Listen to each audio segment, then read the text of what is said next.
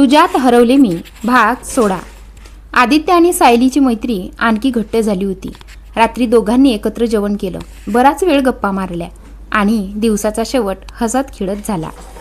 जेवण आटोपल्यानंतर आदित्यने नेहमीप्रमाणे मदत करण्याचा आग्रह धरला, पण सायलीने त्याचं एकही ऐकलं नाही. तू शांतपणे जाऊन सोप्यावर बस, बाकीचं मी करते. तिच्या आवाजात आदेश होता. अगं पण काही पण नाही. सायलीने त्याच्याकडे कटाक्ष टाकला. आदित्यने अखेर हार मांडली आणि हसत सोप्यावर जाऊन बसला. सायली मात्र पुन्हा स्वयंपाकघरात शिरली. भांडी घासणं, ओटा स्वच्छ करणं, उरलेलं सामान जागेवर ठेवणं, फ्रीज तपासणं, प्रत्येक काम ती नेहमीच्या सवयीप्रमाणे नीटनेटकेपणाने करत होती. सगळं आटपून तिने हात धुतले, फोन उचलला आणि हॉलमध्ये आली. आदित्य टीव्ही समोर बसला होता. विशेष म्हणजे यावेळी तो बातम्या पाहत नव्हता. एखादा जुना चित्रपट लागला होता आणि नकळत चॅनल बदलताना तो तिथेच थांबला होता. सायलीच्या ओठांवर नकळत हसू उमटलं. तिने काही न बोलता त्याच्याकडे पाहिलं. कालपर्यंत संधी मिळाली की बातम्या पाहणारा हा माणूस आज शांतपणे चित्रपट पाहत बसला होता. आदित्य, ती त्याच्याजवळ येत म्हणाली.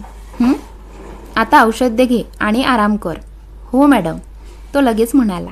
सायलीने फोन अनलॉक केला. डॉक्टरांचा काही फोन आला का ते बघते. ती पुटपुटली. फोन उघडताच तिच्या नजरेस 2 संदेश पडले. अरे, ती आश्चर्याने म्हणाली. संदेश आले आहेत. आदित्यने लगेच तिच्याकडे पाहिलं. काय म्हणाले डॉक्टर?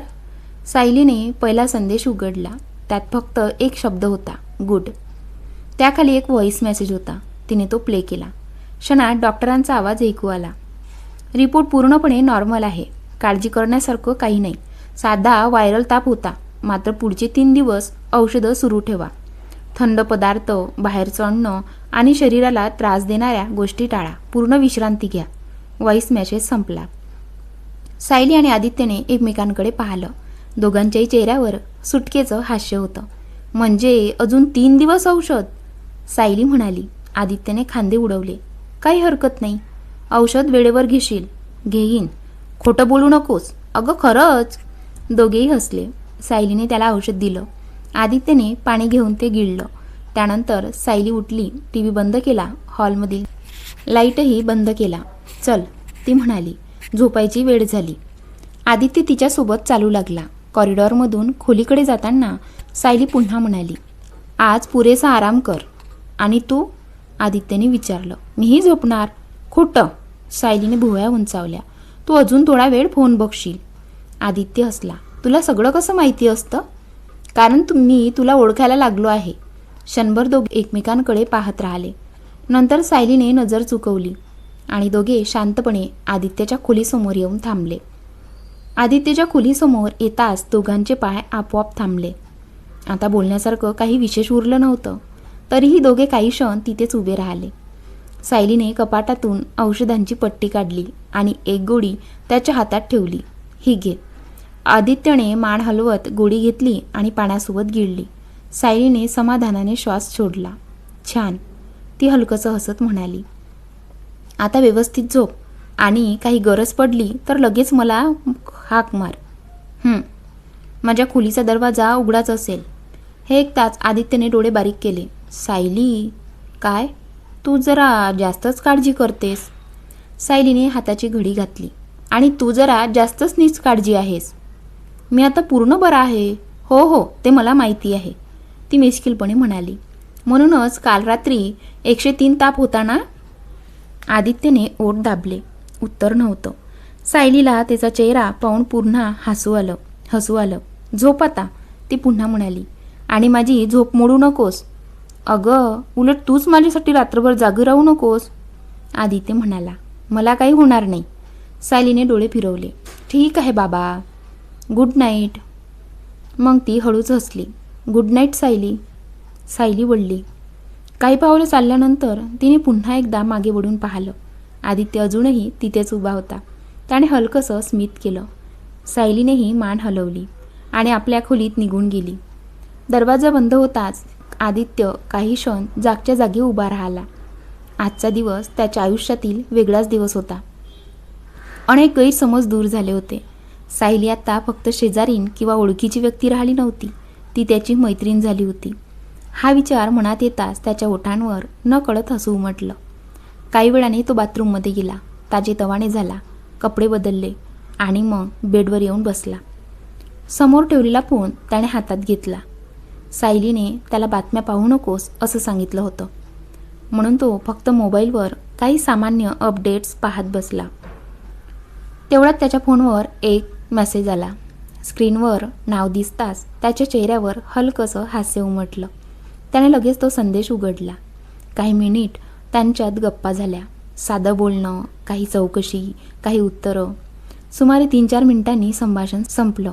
आदित्यने फोन बाजूला ठेवला, खोलीतील दिवा बंद केला आणि उशीवर डोकं टेकवलं. मात्र झोप लगेच आली नाही.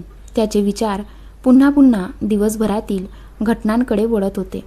सायलीची धावपळ, तिची काळजी, तिचं हसणं, तिने दिलेली साथ आणि सर्वात महत्त्वाचं म्हणजे त्यांच्यात झालेली नव्याने सुरुवात. तो जवळजवळ 20 मिनिटं तसाच विचार करत पडून राहिला. मात्र नंतर औषधांचा परिणाम जाणवू लागला. पापण्या जड झाल्या, विचार हळूहळू धुसर होत गेले आणि काही क्षणातच आदित्य गाढ झोपेत हरवून गेला. दुसरीकडे सायलीच्या खोलीतही शांतता होती. ती बेडवर आडवी पडली होती. तिच्या चेहऱ्यावर हलकंसं स्मित होतं. मनात एक वेगळीच शांतता होती, कारण कित्येक दिवसांपासून मनावर असलेला ताण आज कमी झाला होता. आदित्य आता बरा होत होता आणि त्याहून महत्त्वाचं म्हणजे त्यांच्यातील दुराव्याची भिंत कोसळली होती. सायलीने फोन हातात घेतला. काही वेळ सोशल मीडिया पाहिला, काही संदेशांना उत्तर दिलं, मग फोन बाजूला ठेवला. खिडकी बाहेरच्या मंद वाऱ्याचा आवाज ऐकत ती डोळे मिटून पडून राहिली आणि काही वेळातच तिलाही शांत झोप लागली. त्या रात्री दोघांनी अनेक दिवसांनी शांतीची झोप मिळाली होती. मनशांतीची झोप मिळाली होती. सकाळची पहिली किरण खिडकीतून आत आली तेव्हा आदित्यची झोप आपोआप उघडली. घड्याळाकडे नजर गेली. सकाळचे 6:10 झाली होती. नेहमीप्रमाणे त्याची सवय होती की उठताच जॉगिंगला जायचं, पण आज परिस्थिती वेगळी होती. कालच ताप उतरला होता. शरीरात अजूनही थोडासा अशक्तपणा जाणवत होता. तरीसुद्धा आदित्यसारख्या शिस्तप्रिय माणसाला पूर्णपणे निष्क्रिय बसणं शक्य नव्हतं. तो उठला, खिडकीचे पडदे बाजूला केले. सकाळचा गार वारा आत आला. त्याने एक खोल श्वास घेतला आणि हलकंसं स्मित केलं. आज बाहेर नाही, तो स्वतःशीच पुटपुटला. पण व्यायाम नक्की. त्याने खोलीतच हलके स्ट्रेचिंग सुरू केले. मान, खांदे, हात, पाठ एक एक करून शरीर सैल होऊ लागलं. नंतर काही हलके व्यायाम केले. कालच्या तुलनेत आज खूप बरं वाटत होतं. तापामुळे आलेला जडपणा कमी झाला होता. शरीर पुन्हा पूर्ववत होत असल्याची जाणीव त्याला होत होती. सुमारे 20 मिनिटांनी त्याने व्यायाम थांबवला. त्यानंतर अंघोळ करून तो तयार झाला. आरशात स्वतःकडे पाहताना त्याच्या चेहऱ्यावर समाधान होतं. अजून थोडी काळजी घ्यायची होती, पण आता तो धोक्याबाहेर होता. खोलीतून बाहेर पडताच त्याची नजर घड्याळावर गेली. 7 वाजायला अजून काही मिनिटं बाकी होती. त्याला आठवलं, दररोजप्रमाणे आजही कविताताई येणार होत्या. साधारण 7च्या सुमारास बेल वाजायची. आज अचानक त्याच्या मनात विचार आला, आज मी दार उघडतो. तो हॉलमध्ये येऊन सोफ्यावर बसला. घरात अजून पूर्ण शांतता होती. सायली बहुतेक अजून तयार होत असावी. आदित्यने सोफ्याच्या पाठीला डोकं टेकवलं, डोळे मिटले. कालची रात्र, कालचे प्रसंग, सायलीचं हसणं, सगळं नकळत मनात फिरू लागलं. तो विचारांच्या ओघात इतका हरवला की काही क्षणासाठी त्याला डुलकी लागली. टिंग टॉंग दाराची बेल वाजली, पण आदित्य जागा झाला नाही. 2 मिनिटांनी पुन्हा बेल वाजली. यावेळी तो दचकून जागा झाला. त्याने पटकन डोळे उघडले. अरे, त्याच्या लक्षात आलं की तो सोफ्यावरच डुलकी घेत होता. तेवढ्यात तिसऱ्यांदा बेल वाजली. येतो. तो घाईघाईने उठला, दारापर्यंत गेला आणि लॉक उघडून दार उघडलं. समोर कविताताई उभ्या होत्या. त्याला पाहताच त्या क्षणभर आश्चर्यचकित झाल्या, पण लगेचच त्यांच्या चेहऱ्यावर हसू उमटलं. शुभप्रभात साहेब, त्या प्रेमाने म्हणाल्या. शुभप्रभात कविताताई. आदित्यही हसत म्हणाला. आज दार तुम्ही उघडलं? त्यांनी विचारलं. हो. आदित्यने त्यांची बॅग घेत उत्तर दिलं. आज मला स्वतः उघडावंसं वाटलं. कविताताई हलकंसं हसल्या. मग काळजीने विचारलं, आता तब्येत कशी आहे? खूपच चांगली. आदित्यने आत्मविश्वासाने उत्तर दिलं. आता जवळजवळ पूर्ण बरा आहे. देवाची कृपा, त्या समाधानाने म्हणाल्या. तेवढ्यात मागून एक ओळखीचा आवाज आला. तू बाहेर काय करतोयस? आदित्य आणि कविताताई दोघेही वळले. समोर सायली उभी होती. तिचे केस अजून थोडे ओले होते. बहुतेक ती नुकतीच तयार होऊन बाहेर आली होती. आदित्यच्या चेहऱ्यावर हसू उमटलं. गुड मॉर्निंग, तो म्हणाला. गुड मॉर्निंग, कविताताईंनी हसत उत्तर दिलं. पण सायलीची नजर मात्र सरळ आदित्यवर खिळलेली होती. ती पुढे आली आणि हाताची घडी घालत म्हणाली, मी तुला 87 प्रश्न विचारणार आहे. आदित्यने कपाळावर हात मारला. सकाळी सकाळी? हो, सायली म्हणाली. आणि पहिला प्रश्न. ती त्याच्यासमोर येऊन उभी राहिली. तू इथे काय करतोयस? आदित्यने खोल श्वास घेतला. त्याला समजलं होतं आता चौकशी सुरू होणार होती. सायली हाताची घडी घालून आदित्यसमोर उभी होती. तिच्या चेहऱ्यावरचा भाव अगदी एखाद्या कडक शिक्षकेसारखा होता आणि आदित्यला ते पाहून हसू आवरत नव्हतं. हसतोयस काय? सायलीने भुवया उंचावत विचारलं. काही नाही. मग उत्तर दे. कोणत्या प्रश्नाचं? मी आत्ताच विचारलं, ती म्हणाली. तू इथे काय करतोयस? आदित्यने नाटकीपणे एक दीर्घ श्वास घेतला. मॅडम, मी रोजप्रमाणे वेळेवर उठलो, तो म्हणाला. मग खोलीत थोडा व्यायाम केला. सायलीने संशयाने मान हलवली. मग अंघोळ केली. पुढे? आणि मग बाहेर आलो. पुढे? कविताताईची वाट पाहत बसलो. पुढे?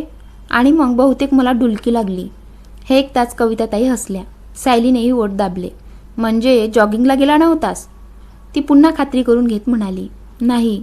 आदित्यने मान हलवली. जर गेलो असतो तर तू माझे किती प्रश्न घेतले असतेस याची कल्पनासुद्धा करायला मला भीती वाटते. हे ऐकताच कविताताईंच्या तोंडून हसू फुटलं. सायलीने त्यांच्याकडे पाहिलं, मग पुन्हा आदित्यकडे, आणि अखेर तिच्याही चेहऱ्यावर हलकंसं स्मित उमटलं. बरं झालं, ती म्हणाली. किमान आज तरी शहाणपणा केलास. धन्यवाद, आदित्य म्हणाला. स्वागत आहे, सायलीने लगेच उत्तर दिलं. क्षणभर दोघे एकमेकांकडे पाहत राहिले आणि मग दोघांनाही कालच्या धन्यवाद आणि स्वागत आहे या चर्चेची आठवण झाली.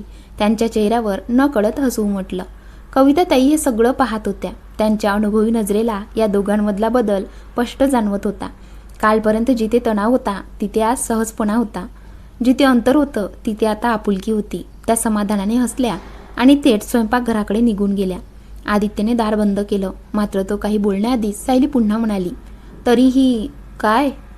तुला अजून पूर्ण विश्रांतीची गरज आहे. आदित्यने कपाळावर आट्या घातल्या. सायली, काही ऐकायचं नाही, ती म्हणाली. डॉक्टरांनी 3 दिवस औषध घ्यायला सांगितलं आहेत. घेईन. वेळेवर? हो. आराम करशील? हो. जास्त काम करणार नाहीस? हो. आणि अरे बापरे, आदित्यने दोन्ही हात वर केले. तुझी चौकशी संपली का? सायलीने त्याच्याकडे पाहिलं. मग ओठांवरचं हसू दाबत म्हणाली, सध्या तरी. देवाचे आभार, तो नाटकीपणे म्हणाला. सायलीने त्याला हलकंसं धक्का दिला. नाटकबाज. दोघेही हसले. त्यानंतर आदित्य सरळ स्वयंपाकघराकडे निघाला. कुठे चाललास? सायलीने मागून विचारलं. स्वयंपाकघरात. का? कारण आता मी पूर्ण बरा आहे, तो आत्मविश्वासाने म्हणाला. आणि मला काम करायचं आहे. सायलीने कपाळावर हात मारला. हे बघा, ती पुटपुटली. आदित्य मात्र तिचं काही न ऐकता स्वयंपाकघरात शिरला. फ्रीज उघडला, दूध बाहेर काढलं आणि गॅसवर ठेवत म्हणाला, एक सायली. काय? तू आता निवांत जाऊन अंघोळ कर. सायलीने आश्चर्याने त्याच्याकडे पाहिलं. मग पूजा कर, तो पुढे म्हणाला. आणि ऑफिससाठी तयार हो. आणि इथलं मी बघतो. सायलीच्या भुवया उंचावल्या. खरंच? हो, आदित्य हसत म्हणाला. मी नाश्त्याची तयारी सुरू करतो. हे ऐकून सायली काही क्षण त्याच्याकडे पाहतच राहिली. आदित्यकडे एकटक पाहत राहिली. त्याच्या चेहऱ्यावरचा आत्मविश्वास पाहून तिला हसू येत होतं आणि काळजीही वाटत होती. कालपर्यंत तापाने अशक्त झालेला हा माणूस आज पुन्हा पूर्वीसारखंच जोशात दिसत होता. नाश्त्याची तयारी करणार, ती भुवया उंचावत म्हणाली. हो, आदित्यने दूध ढवळत उत्तर दिलं. आणि आजच्या सेफ साहेबांच्या मेनूमध्ये काय आहे? सायलीने मिश्किलपणे विचारलं. आदित्यने थोडा विचार केल्यासारखं केलं. ते आधी तू सांग. म्हणजे? आज तुला नाश्त्याला काय खायचं आहे? सायलीने क्षणभर विचार केला. खरं तर तिला आज काहीतरी वेगळं खायची इच्छा होती. मग ती म्हणाली, मला डोसा खायचा आहे. डोसा? आदित्यच्या चेहऱ्यावर चमक आली. हो, सायली म्हणाली. डोशाचं पीठ फ्रीजमध्ये आहे. ठीक आहे. आणि नारळाची चटणी फ्रीजरमध्ये पिवळ्या डब्यात ठेवली आहे. ओके. आदित्यने सलाम ठोकल्यासारखं करत उत्तर दिलं. मॅडम, तुमचा आदेश शिरसावंद आहे. सायली हसली. आदित्य पुढे म्हणाला, तू तुझं सगळं काम करून ये. आणि तोपर्यंत मी सगळी तयारी करून ठेवतो, तो अगदी हॉटेलमधल्या वेटरसारखा वाकत म्हणाला. मग माझ्या स्वतःच्या हाताने बनवलेला गरमागरम कुरकुरीत आणि स्वादिष्ट डोसा तुमच्या सेवेस सादर केला जाईल. त्याचा अभिनय पाहून सायलीला हसू आवरलं नाही. नको बाबा, ती म्हणाली. तू फक्त साहित्य बाहेर काढ, बाकी मी येऊन करते. आदित्यने लगेच नाराजीचा चेहरा केला. मला कमी लेखतेस का? नाही. मग मला फक्त तुझी काळजी वाटते, सायलीने प्रामाणिकपणे उत्तर दिलं. पण आज आदित्य काही ऐकायला तयार नव्हता. तर मग आदित्य बनवेल का सायलीसाठी परफेक्ट डोसा, ते जाणून घेऊया पुढच्या भागामध्ये. आजचा भाग कसा वाटला ते कमेंट करून नक्की सांगा. आणि आपल्या चॅनलला सबस्क्राईब केलं नसेल तर आपल्या चॅनलला नक्की सबस्क्राईब करा. आणि व्हिडिओ आवडल्यास व्हिडिओला लाईक करा. धन्यवाद.